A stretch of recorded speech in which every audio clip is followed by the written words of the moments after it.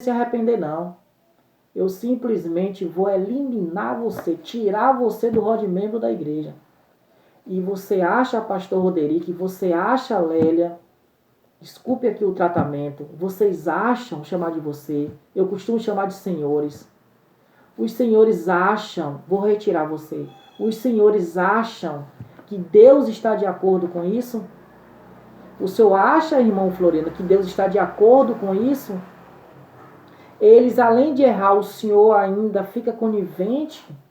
O senhor ainda é conivente com o erro, que o senhor não procura apurar os fatos, o senhor é vice-presidente, o senhor tem autonomia, independente do pastor, de ouvir as testemunhas, saber o que está acontecendo e reverter o caso. Mas o senhor prefere dar apoio ao erro. O senhor prefere, me perdoe, eu tenho que ser sincero, o senhor prefere agir de forma covarde, ficando do lado do erro. O senhor se nega a apurar os fatos e dizer, igreja, ó, eu não posso ficar a favor de A nem de B. A verdade é essa aqui. Em pontos e pontos, a verdade é essa aqui. Não, para o senhor, tudo que o pastor fazer, que o presidente fazer, o senhor tem que concordar, mesmo que seja coisa errada. Até hoje eu estou querendo ouvir se o pastor der capim na igreja, se o senhor vai comer ou não.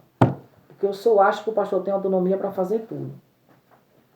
E aí as coisas seguem, né? Então vamos lá.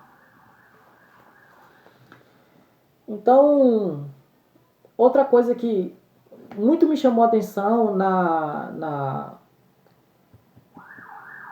no ministério do pastor Roderick, nenhum membro foi disciplinado. Em 5 anos, nenhum membro, a não ser eu, que falei que iria levar o assunto em assembleia, foi disciplinado. Nenhum. Agora eu pergunto, em 5 anos, será que só eu errei ao seu critério? Não. Até eu mesmo, nos 5 anos que eu fiquei lá, se os irmãos e amigos acreditem numa coisa que eu vou falar. Se eu não tivesse falado, me posicionado contra o fechamento do templo, suspensão dos cultos, não tivesse demonstrado a minha insatisfação em a igreja ter fechado, e eu estivesse ainda no pecado que pesava contra mim, eu nunca teria sido excluído. Porque esse pecado que eu deixei há 2 anos atrás, mais de 2 anos atrás, fez agora em abril 2 anos, nunca o pastor, de forma institucional, ou seja, em nome da igreja, como fala o regimento interno, ou criando comissões para me ouvir, saber o que estava acontecendo comigo, nunca como igreja, como instituição me procurou. O pastor me procurou como pessoa. Ô irmão, aquele assunto ficou como? Antes de eu ir até ele, ele nunca me procurou.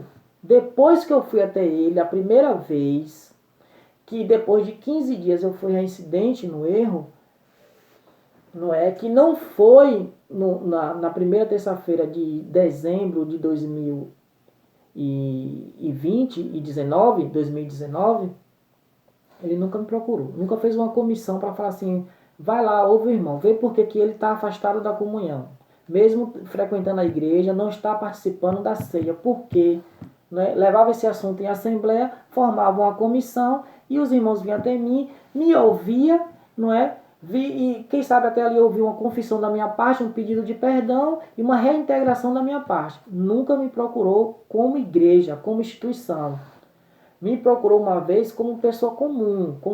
Não estou falando aqui em nome da igreja, nem como pastor, como amigo. Você tem alguma coisa a falar sobre isso? Eu falei, não, pastor, no momento eu não tenho nada a falar. No momento certo eu vou lhe procurar e vou falar. E procurei ele e falei. Até que o dia... Mas antes disso, nunca delegou uma comissão para ouvir o irmão que estava em pecado. E lá na igreja, lá na nossa igreja, tem muita gente em pecado. Tem muita gente em pecado, tomando a ceia e vivendo na igreja como se nada tivesse acontecido. E ele nunca disciplinou. Agora, a partir do momento que eu deixei a prática do pecado, confessei a Deus, pedi perdão à igreja, via ele, via Lélia e via o irmão Floriano, vice-presidente, eu comecei a sofrer perseguição do meu próprio pastor. Porque também comecei a cobrar, claro. aquilo que tirava de mim a possibilidade de dar uma opinião, não é? Dizer o que estava certo, o que estava errado, era o pecado. E esse pecado saiu, graças a Deus, as algemas caíram e eu fiquei, né, sentindo necessidade de falar: pastor, isso aqui está errado. Pastor, a igreja não fecha. O Estado permitiu. Vamos abrir o templo. Não, não, não. Me perseguiu até que colocou, né, em pauta a votação com lavagem cerebral nos irmãos. Eu vou provar que foi lavagem cerebral. E os irmãos e a igreja foi lá e excluiu para não desapontar ele, não desapontar a Lélia, porque a maioria também já estava já dentro do bojo, dentro da panelinha para fazer aquilo ali.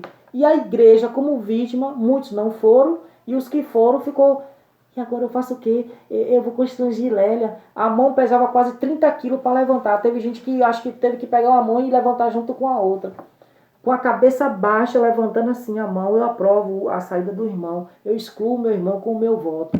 Para agradar o pastor, agradar a Lélia, agradar a diretoria e não ficar marcado como eu fui e eu estou marcado. E eu não estou nem aí para vocês. Eu estou aí para Deus, saber o que Deus pensa da minha opinião.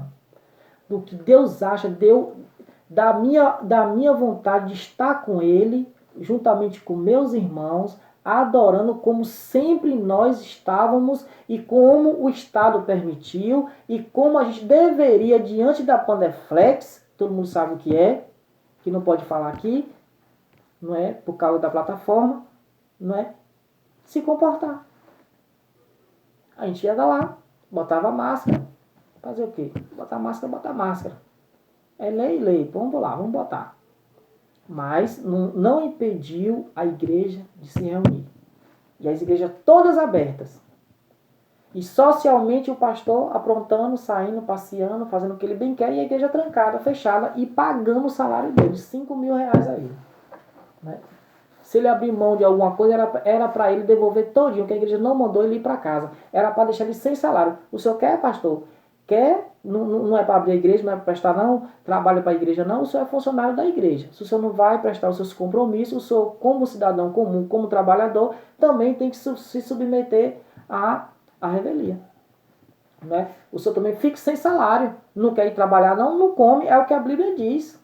O senhor não deveria ter salário nenhum, tipo que o senhor foi para casa por conta própria. Eu duvido que se o senhor tivesse trabalhando onde o senhor trabalhava antes, se o senhor iria receber salário, ficar dentro de casa, sem que a empresa te autorizasse. Mas o senhor simplesmente disse: não, a lei quem faz é eu tenho a maioria do meu lado, ninguém vai dizer não, vou dizer aqui que houve um motivo justo, e aí vou para dentro de casa, não é? Sábado eu mando o irmão Joab aqui, ou Lélia, gravar aqui um áudio, solta lá no WhatsApp, né? Pode ser 7, 9, 10, 11 da manhã, todo mundo dormindo, né? E eu vou pro jorro me distrair lá com minha família, ficar à vontade, né? Aprontar, ficar lá com o comportamento mudando, que foi o que me contaram, que me falaram lá, né? E os outros, Josafá vai pra rua, posta foto, né? 7 de setembro, manifestação, lá no meio, todo mundo fazendo aglomeração, né? Josias pode ir por fora, casar, que não é errado, mas contribuindo para que a igreja fique fechada, ele fica na rua e a igreja fica trancada dentro de casa. Né? A igreja não pode se reunir, mas ele pode. Né? Josafá pode. Né? A maioria dos irmãos, tudo foi para banco, para loteria, para supermercado, mas para adorar a Deus não pode. Para que adorar a Deus? Não tem, a gente faz aqui qualquer coisa aqui no WhatsApp, dá uma desculpa. Né? Mas não foi assim que nós aprendemos.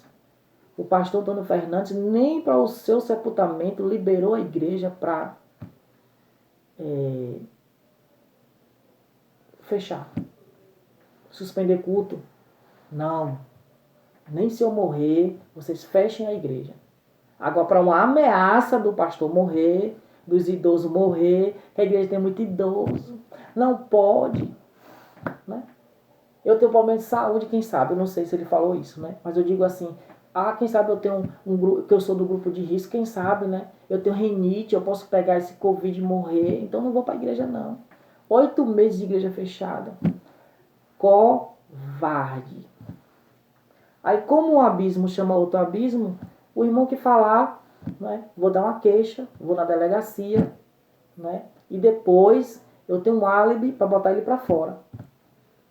Meus irmãos, vou ficando por aqui, não é? Isso. Aí falamos aqui sobre algumas coisas da criação, do que antecipou, não é? As ações que foram o ápice do cúmulo, do absurdo, não é, gerado na pandemia pelo pastor Roderick. Uma vergonha. Né? Então, tudo o que aconteceu durante a Pandeflex, eu já falei que todo mundo sabe o que é, não é? Já mostrava o que iria acontecer com o que eu acabei de falar aqui. Não é? Ações negativas, né? Não investimento na obra missionária, não trabalho para Deus, não construção de templo, mas, no contrário, gastar com ar-condicionado, com bancos caros, com festa para agradar todo mundo, a sociedade de feira, né? Não é? Salário pastoral, não é? Acima do que a igreja poderia fazer um trabalho fora, o dinheiro que se investe todo no pastor, 7 mil reais, a igreja ganhando 9 mil, arrecadando 9 mil, né? Não dá nada, porque a água, a luz e outras coisas a mais passa de 2 mil reais, todo mundo sabe disso. E o que é que só para investir na obra missionária? Então quer dizer que só a igreja pagando o pastor tá ótimo, né? Não interessa se a igreja vai fazer trabalho evangelístico fora, né? Se vai fundar outros templos, outras frentes de trabalho evangelístico, para que se venha congregações, para que essas congregações se tornem igrejas. Não. Não é? Outra coisa que eu ia falar aqui, o pastor Derek nunca fez um trabalho missionário como acontecia antes nos lares, não é? Onde a igreja ia para um lar oferecido ali do membro, convidava assim os vizinhos para ouvir a palavra do evangelho. Nunca houve isso aí. Trabalho, a obra missionária do pastor Roderick é zero. Por isso que os danos apareceram, não é? O investimento é zero. Não disciplinar membro errado, com a vida errada, membro pecado de adultério, membros divorciados, né, que a igreja condena, que a igreja censura, né? Membro com vida errada, some, qualquer dia que quer, aparece, vai lá tomar ceia, não interessa a vida dele como tá, como tem gente lá que sumiu, deu voto, tava lá cinicamente dando voto para que eu fosse excluído, a convite dele, para somar número, mas que tava lá no mundo fazendo coisa errada, não é? Tem muita coisa debaixo do tapete que vai levando e empurrando a igreja para uma condição que lá na frente vai sofrer muitos danos. Vai trazer muitos danos. E a catástrofe do ministério do pastor Roderick na Pandeflex já estava anunciada durante com parte nessas apresentações que eu fiz aqui. Não é?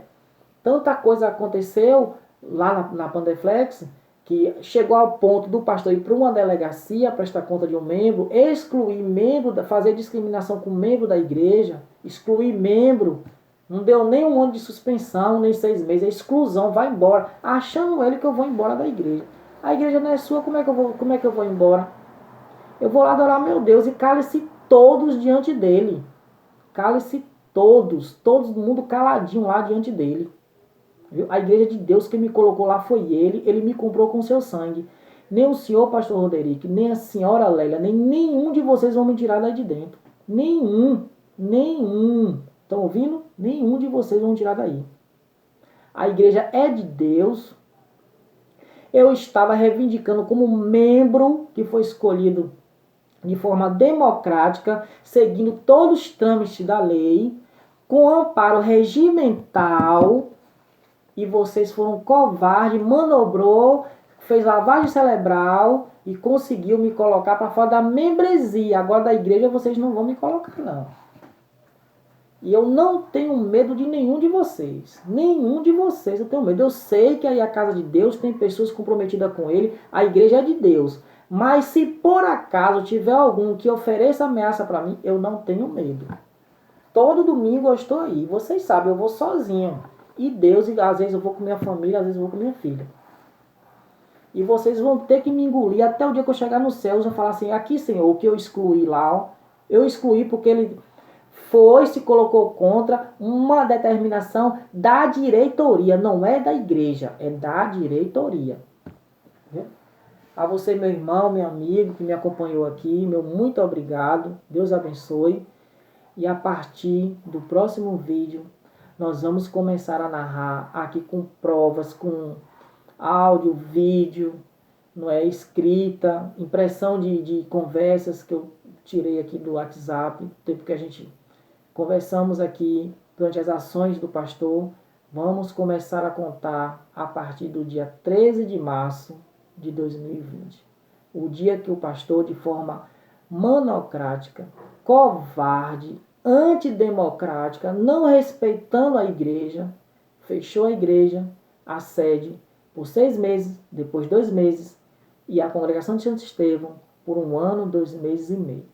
E tudo o que aconteceu até a minha exclusão, até o dia de hoje, será começado a narrar a partir do próximo vídeo. Deus abençoe, um bom dia. Esse vídeo vai ficar aqui durante a semana para que você possa ouvir e tirar suas dúvidas. Deus abençoe, uma boa noite, uma boa semana, em nome do Senhor e Salvador Jesus Cristo. Tchau, tchau.